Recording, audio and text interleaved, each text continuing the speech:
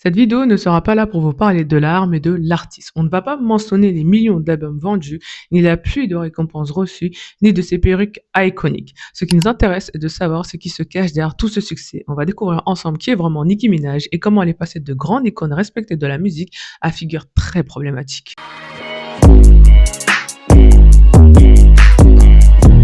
À plus de 3556 km de là où va se créer Nicki Minaj, Robert et Carole Maraj, comptables et chanteurs, vont accueillir le 8 décembre 1982 une fille, Onika Tanya Maraj, à Port d'Espagne sur l'île de Trinité et Tobago. Onika Tanya Maraj a trois frères, Michael Maraj, Brandon Lamar, son demi-frère, et Jelani Maraj qui va revenir plus tard dans la vidéo. Elle a aussi une demi-sœur, Ming. La toute jeune Onika passe le plus clair de son temps chez sa grand-mère à Saint James, à partager l'espace avec 11 cousins parce que sa mère travaille plusieurs petits boulots afin d'obtenir le visa pour aller vivre aux États-Unis. Onika Tanya Maraj a 5 ans quand elle quitte sa terre natale pour s'installer illégalement à South Jamaica dans le Queens avec ses parents. Il ne faut pas rester dans l'illégalité longtemps. L'enfance d'Onika était très compliquée, voire toxique, car son père était un alcoolique drogué à la cocaïne qui battait la mère d'Onika. Il aurait même essayé de mettre le feu à leur maison en décembre 1987. D'ailleurs, c'est la violence de son père qui va motiver Onika à devenir célèbre. Quand je suis arrivée pour la première fois en Amérique, j'allais dans ma chambre, m'agenouiller au pied de mon lit et je priais pour que Dieu me rende riche, pour que je puisse prendre soin de ma mère. Elle confie au magazine Rolling Stone des années plus tard. J'avais l'impression que si je pouvais m'occuper de ma mère n'aurait pas resté avec mon père. Donc je me disais toujours qu'être riche était la solution à tout. En plus de devoir vivre avec la violence de son père, Onika grandit dans un foyer qu'elle trouve peu strict, un petit peu trop liberticide à son goût. Je ne pense pas que j'avais beaucoup de discipline chez moi. Ma mère m'encourageait, mais ce n'était pas un foyer strict. Je voulais un foyer strict. Elle l'expliquera sur le plateau de The View, une émission américaine. Onika Tanya Maraj va être admise dans le lycée Fiorelli H. La Guarda High School of Music and Art and Performing Art, qui se focalise sur le visuel et les performances. Une semaine seulement après avoir été diplômée, Onika, qui se rêve actrice, sera castée pour un rôle dans une pièce In Case You Forget en 2001. Et pour financer son rêve, Onika, à 19 ans, va enchaîner plusieurs jobs de serveuse, mais elle se fera virer d'un Red Lobster au Bronx pour mauvais comportement avec les clients, ce qui selon elle est arrivé dans au moins 15 boulots. On voit déjà qu'Onika avait un fort caractère qui va continuer à lui attirer des ennuis. Onika Maraj, qui reçoit peu d'auditions, abandonne sa carrière d'actrice et veut devenir rappeuse. Elle a déjà travaillé avec un groupe de rap new-yorkais, Hot Stars, sans grand succès. Onika continue donc de travailler seule en mettant ses chansons sur son profil MySpace et aussi en envoyant plusieurs à des personnes qui travaillaient dans l'industrie de la musique. Ces efforts vont finir par payer quand en 2006, Fendi, propriétaire de Dirty Money Entertainment à Brooklyn, va prendre contact avec elle sur MySpace et lui faire signer un contrat de 180 jours. À la base, elle se faisait appeler Nicki Maraj, mais l'a changé en Nicki Minaj. Lil Wayne va vouloir la rencontrer après l'avoir entendu rapper sur le DVD The Come Up Volume 11. Il va appeler Fendi et demander à voir Nicki Minaj pour qu'elle rejoigne un groupe qu'il était en train de monter pour son label Young Money. Mais même si Nicki n'a pas signé chez Young Money, elle va collaborer avec Lil Wayne sur plusieurs de ses mixtapes. Pour beaucoup, ce qui a catapulté la carrière de Nicki Minaj, c'est son couplet sur la chanson Monster de celui qui prétend que l'esclavage était un choix, Kanye West, avec Jay-Z et Rick Ross. C'est le meilleur couplet, tout simplement. Le magazine Complex l'a nommé le couplet de rap numéro 1 de ces 5 dernières années. Son premier album Pink Friday, sorti en novembre 2010, est écoulé à 375 000 copies juste la première semaine, numéro 1 dans les charts, très bonne critique, yada yada. Mais surtout, dans cet album se trouve sa chanson Roman's Revenge. Roman Zelensky, j'espère qu'on le dit comme ça, c'est le nom de l'alter ego de Nicki Minaj. Et dans cette chanson, Roman, qui a une voix de poupée Barbie et des envies de meurtre d'un démon, s'attaquerait à l'original gangster Lil Kim.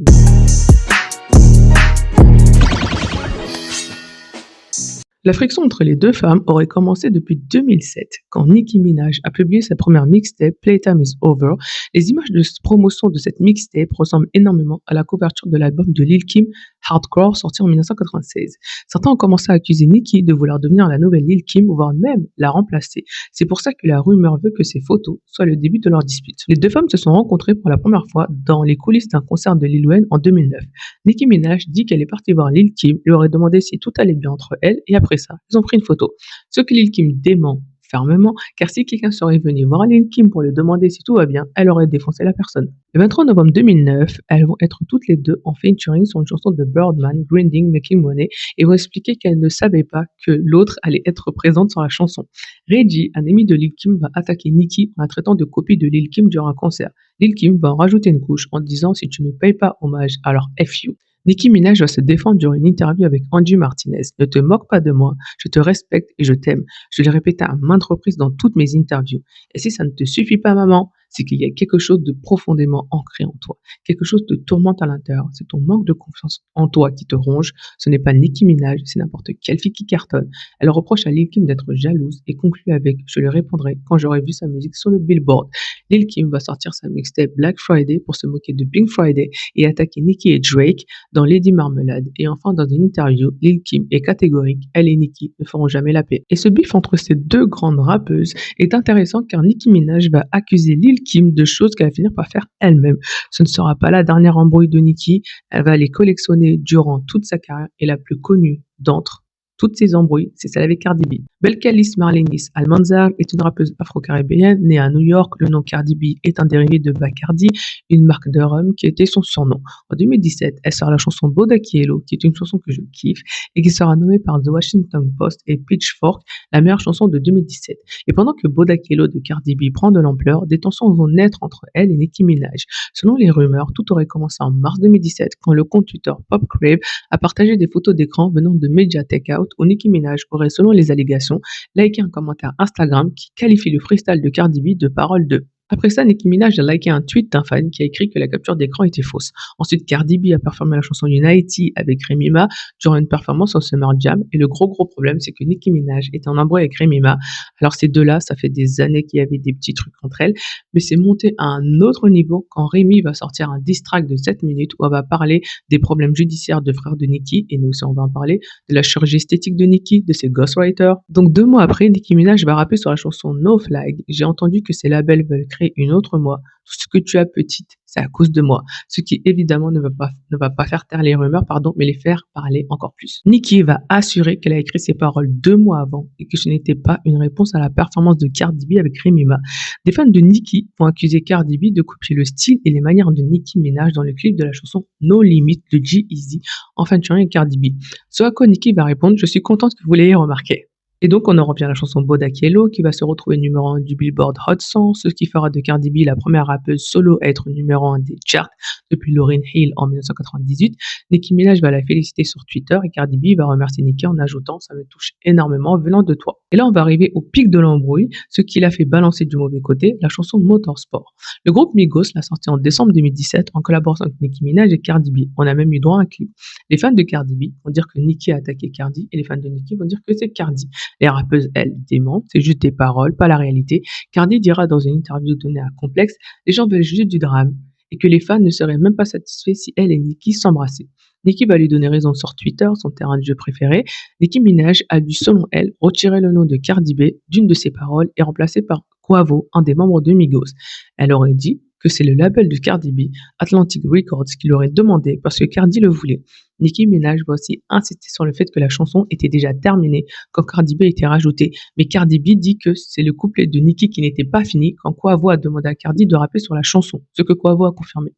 Quavo aurait aussi essayé d'avoir les deux stars dans le clip de la chanson, mais elles auraient refusé. Nicki Minaj dit que c'est parce qu'il y a eu un problème de planning avec sa coiffeuse Tokyo Styles. En avril 2018, Nicki Minaj en pleurs dans une interview, dirait qu'elle a été blessée par le manque de soutien public de Cardi B et que Cardi aurait dû être plus contente d'avoir collaboré avec elle. La même année, elles ont été photographiées ensemble au Met Gala, ce qui a calmé les gens parce que selon Cardi, il n'y a jamais eu de bif, juste un malentendu. Pour Nicki, elle n'était même pas au courant qu'elle avait un problème avec Cardi. Bref, pour les deux, l'embrouille est une fiction inventée par les gens. Comme on dit, circuler, il n'y a rien à voir. Sauf qu'en septembre 2018, donc quelques mois après le Met Gala et durant la New York Fashion Week, on a vu des vidéos de Cardi B qui hurle à Nicki Minaj de venir parce qu'elle va la défoncer. Cardi B va lui balancer une chaussure, elle sera escortée dehors, sa robe une Dolce Gabbana déchirée et une bosse sur la tête à cause du coup de coude qu'elle a reçu d'un des gardes du corps de Nicki. Sur Instagram, Cardi va donner une explication pour son comportement.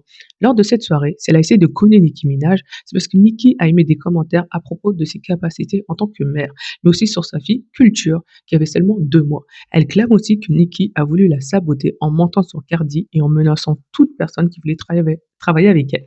Nicki Minaj répondra 3 jours plus tard sur son émission de radio Queen Radio: «Je ne parlerai jamais de l'enfant de quelqu'un d'autre ni de l'éducation des enfants.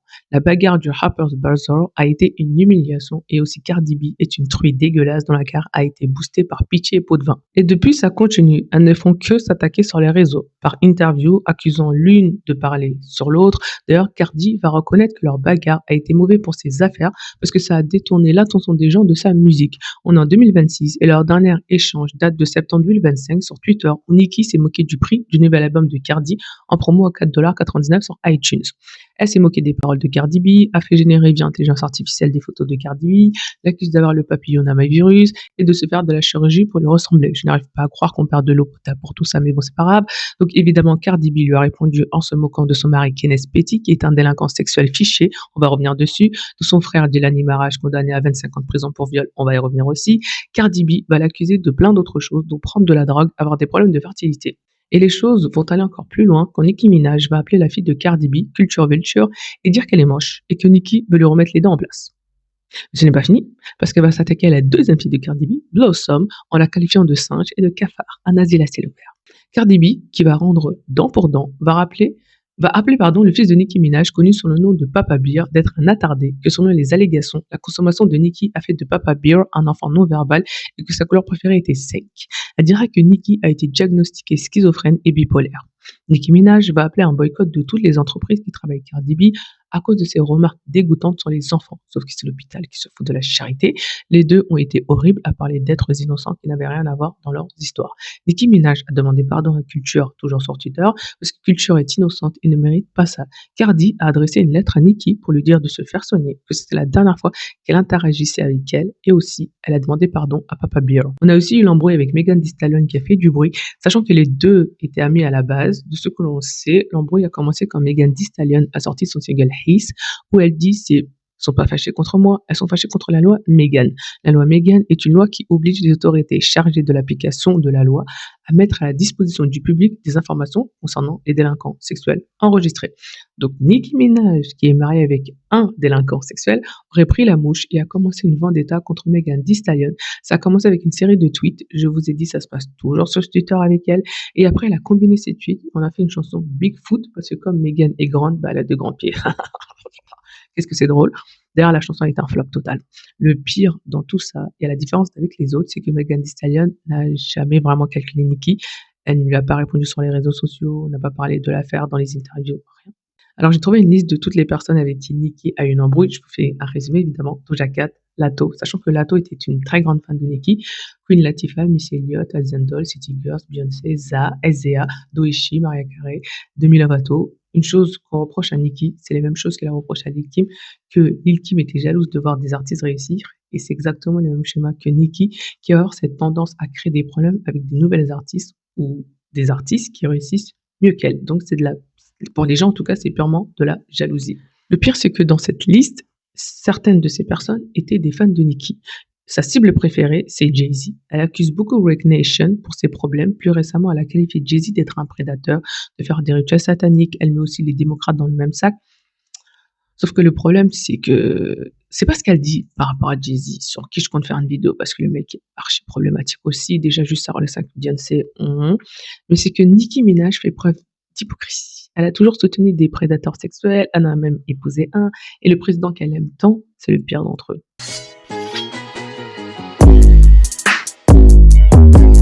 Le fait que Nicki Minaj utilise sa plateforme et condamne la violence faite aux enfants, c'est quelque chose de normal. Tout le monde devrait le faire. Aucun enfant ne mérite de souffrir, que ce soit en France, au Congo, en Iran, au Soudan ou en Palestine. Mais c'est de Nicki Minaj dont on parle. Et ma belle, quand tu as défendu ton propre frère, tu devrais plutôt balayer tous les jours devant ta porte au lieu de tweeter sur les autres. Il ne faut pas oublier que la grande majorité des violences faites aux enfants sont intrafamiliales. C'est un sujet extrêmement délicat. Je vais mettre une écriture au-dessus jusqu'à la fin de cette section. Comme ça, vous pouvez zapper. En tout cas, aux personnes qui ont survécu, sachez que vous n'êtes pas seuls. On vous voit et on vous croit. Je vous apporte tout mon soutien. Je sais, on pourrait se dire, c'est les actions de son frère qui a le rapport avec Nicki. On ne doit pas condamner une femme pour ce qu'un homme a fait. Ceux qui sont 100% vrai pour les autres, pas pour Nicki Minaj. L'histoire remonte à décembre 2015 quand le frère de Nicki Minaj, Jelani Maraj, se retrouve accusé de viol sur sa belle-fille de 11-12 ans pendant plusieurs mois. Nicki Minaj a payé sa caution de $100 000 et l'avocat de son frère a assuré que Nicki Minaj était à 100% derrière son frère. Elle l'a même visité en prison quelques temps après son incarcération d'après TMZ. La femme de Jelani et mère de la petite, Jacqueline Robinson, a demandé le divorce en août 2016. Son propre petit frère, donc le propre petit frère de Jelani, a témoigné durant son procès clairement qu'il a été témoin d'une des agressions sur cette pauvre petite fille. Jelani Maraj a été condamné à 25 ans de prison minimum le 27 janvier 2021. En janvier 2025, Nicki Minaj a répondu à un tweet de Tasha K, une soi-disant journaliste qui doit des milliers de dollars à Cardi B. Dans le tweet, Nicki Minaj évoque l'affaire de viol de son frère en disant « Ils ne veulent pas que vous sachiez qu'ils m'ont dit qu'ils feraient disparaître cette affaire pour 20 millions. Ils ont fouillé sa maison et n'ont rien trouvé. Ils ont découvert qui il était, sont revenus et ont dit qu'ils avaient trouvé quelque chose. À Dieu revient la gloire.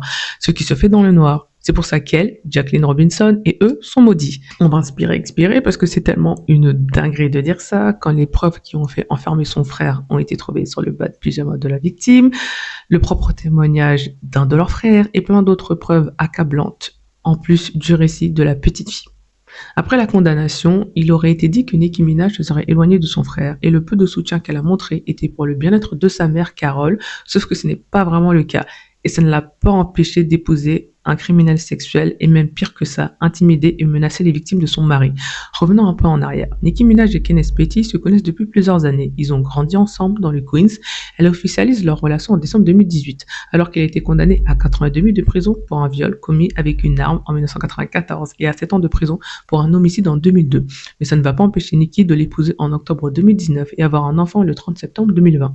Nicki Minaj et Kenneth Petty vont être poursuivis en justice par la femme qu'il a tenté de violer en 1994 car selon les allégations, ils l'ont harcelée pour qu'elle change sa version des faits.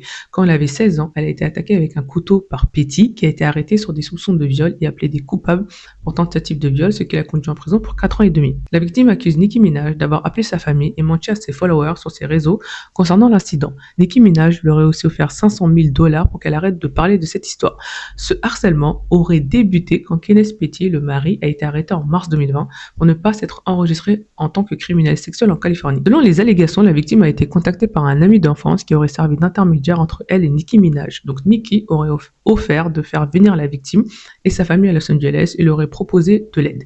La victime aurait refusé, elle aurait aussi refusé que la publiciste de Nicki Minaj écrive un document pour rétracter l'accusation de viol. Durant sa conversation, la plaignante lui aurait dit « Je veux que tu saches, de femme à femme, ça s'est passé ». Après ça, elle aurait été victime d'appels incessants et de visites. D'après la plainte, la victime n'aurait plus travaillé depuis mai 2020 à cause d'une dépression sévère, paranoïa, harcèlement et menaces venant de Nicki Minaj, Kenneth Petty et leurs associés. Elle vit en Floride, totalement isolée, dans la peur de rétaliation. Donc depuis 1994, cette femme est selon les allégations encore victime de Kenneth Petty. Je ne sais pas si on se rend compte de la dinguerie, c'est lui le coupable, mais celle qui doit vivre dans la peur. Mais Nicki Minaj est accrochée à son mari, qu'elle défend corps et âme en qualifiant ce qu'il a fait d'erreur de jeunesse, sachant que juste après avoir été sorti de prison, il y est retourné pour meurtre.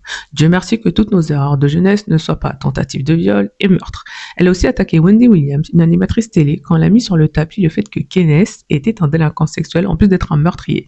Nicki a répondu « À chaque fois que vous le mentionnez, vous sentez le besoin de parler de ça. Je ne savais pas que dans notre société, on devait être hanté par son passé. Je ne savais pas que les gens ne pouvaient pas prendre un nouveau départ. Je ne savais pas que ta cruauté et ta méchanceté étaient si profondément enracinées, si profondément ancrées. » En juillet 2022, Kenneth Petty sera condamné à 1 an d'assignation à résidence et 3 ans de probation, en plus de devoir payer une amende de $55 000. Donc vouloir prêcher le pardon, la seconde chance, quand on a à côté de soi un homme qui a fait tout ça, je ne sais pas. Moi, perso, je fermerai ma bouche, mais pas Nicki, car elle va rajouter un énième monstre dans sa liste d'hommes à aimer et défendre, Donald Trump. Pour l'histoire, on se souvient que Nicki Minaj était une immigrée elle-même, qu'en 2018, elle fait partie des célébrités qui ont condamné la politique d'immigration de Donald Trump. Nicki Minaj a toujours été une figure pour la communauté noire et la communauté LGBTQIA+. Elle a même avoué avoir menti sur sa bisexualité pour attirer de l'attention. Pour qu'aujourd'hui, en novembre 2025, elle co-signe la thèse de l'existence d'un génocide contre les chrétiens au Nigeria et remercie Donald Trump d'avoir mis la lumière sur le sujet qui existe depuis longtemps. Pourtant, les personnes sur place expliquent que la violence que subit le Nigeria, qui dure depuis des années, est plus criminel que politique. Il y a des groupes armés appelés bandits qui sèment chaos, terreur et mort sur leur chemin. Donc c'est un mal qui touche énormément de Nigérians qui vivent dans des zones rurales et reculées. Il est donc difficile pour ces experts-là sur place de conclure que ça touche particulièrement un groupe plutôt qu'un autre. Et les victimes de ces horreurs méritent de se faire libérer et qu'on mette fin à toute forme de mal, quel qu'il soit et contre qui qu'il soit. Mais depuis quand l'ingérence américaine a été une bonne chose pour les pays non européens qui l'ont vécu? On se souvient de l'Afghanistan, on se souvient du Vietnam. Nicki Minaj continue sur sa lancée quand en décembre 2025, invitée à une conférence Turning Point USA, une organisation fondée par Charlie Kirk qui a eu des propos comme «Les femmes noires n'ont pas la capacité de traitement cérébral pour être prises au sérieux», ou encore que l'Amérique a fait une grosse erreur en votant l'acte des droits civiques dans les années 60. Il a aussi dit «Rejetez le féminisme, soumettez-vous à votre mari». Évidemment, il s'adresse aux femmes. Au cas où, il s'adresse aux femmes. Il a critiqué les musulmans, affirmé que la Palestine, une des plus vieilles régions à avoir eu de la vie humaine, des communautés agricoles et une civilisation, n'existe pas. Donc Nicki Minaj a participé avec plaisir à une conférence organisée par la veuve de Charlie Kirk pour encourager les jeunes américains à prendre comme exemple Donald Trump et le vice-président J.D. Vance et saluer le travail de l'administration Trump. Elle reprochait à Jay-Z, Trump l'a fait. Donc, comment des jeunes pourraient prendre exemple sur une personne qui a été citée sur des documents compromettants, qui a été pris en photo avec Jeffrey Epstein plusieurs fois, qui a été accusé par 28 femmes de violences sexuelles depuis les années 70, qui a toujours parlé des femmes de manière horrible? Comment Nicki Minaj, qui évoque la religion matin, midi, soir, peut demander à la jeunesse de prendre exemple sur l'un des pires? Il a été condamné pour 34 chefs d'accusation. 34. Et sa politique migratoire, n'en parlons même pas. Ses tweets racistes contre les Mexicains, les Haïtiens, les Somaliens, ses attaques contre Cuba, sa guerre menée en Iran qui a causé la mort de centaines d'enfants et d'innocents et qui continue aujourd'hui, ses menaces contre des journalistes. Certains et certaines ressortent des tweets de Nicki Minaj qui prouveraient qu'elle a toujours été problématique, comme le fait qu'elle a menti sur sa bisexualité, mais qu'elle savait s'en cacher. D'ailleurs, elle avait demandé à Donald Trump d'arrêter Charlemagne, que je déteste, animateur de l'émission The Breakfast Club, pour faire parler de son amour avec Cardi B. On reconnaît que Lil Kim avait raison, que Mariah Carey avait raison. Elle suit même le premier ministre israélien sur Twitter. Est-ce que tu peux tomber plus bas? Je suis sûre que si on pouvait tomber plus bas, Nicki Minaj le ferait. Elle creuserait encore plus bas. Et même si quand elle va arriver au bas, elle va toucher, elle va dire non, il y a encore plus bas, et elle va le faire. On se demande si Nicki Minaj n'aurait sérieusement pas de vrais problèmes à cause de ses tweets, comme l'avait dit Cardi B, parce que ses tweets vont dans tous les sens, ils ne veulent rien dire, ou elle accuse tout le monde de tous les mots. Ça rappelle d'ailleurs les crises de Kanye West, mais attention que ce soit très clair, beaucoup de personnes malades sont de bonnes personnes, qui ne sont pas des fachos, qui ne sont pas pro-génocide, et qui ne disent pas que l'esclavage était un choix. Parce que c'est trop facile de faire le raccourci entre problèmes mentaux et être une mauvaise personne. Il n'y a pas de ça ici. Faites pas ça.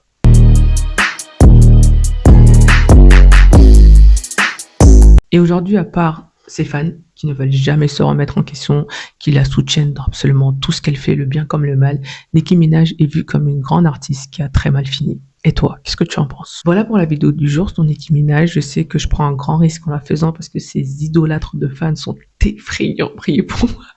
Dis-moi en commentaire ce que tu penses de Nicki Minaj et de tous ces scandales. Tu aimes la vidéo? Super, tu la partages, tu likes, tu l'envoies, après tu commentes et on attend dans la prochaine. Bye!